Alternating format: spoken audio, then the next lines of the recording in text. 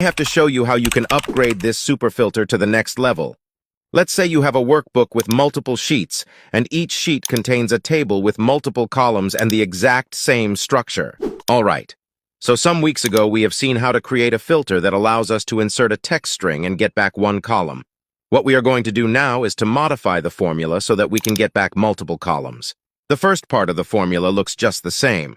For the second part, instead, we use again the isNumber function, the search function, and the vstack function. For the vstack function, we must adapt the array arguments for the formula to work. Now in here, we can't use the entire table as an array, but we have to specify the individual column in which we want to search our text string.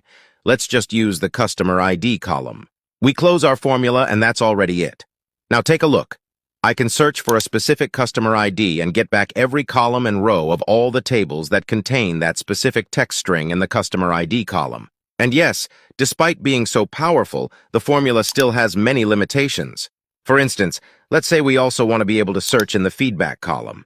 Then we would need to add this entire part to the formula. And yes, Excel shouldn't be used as a database. This doesn't replace Control+F, but it is always nice to see what can be done in Excel. Oh, and don't forget to share this post and follow us for daily Excel tips and tricks.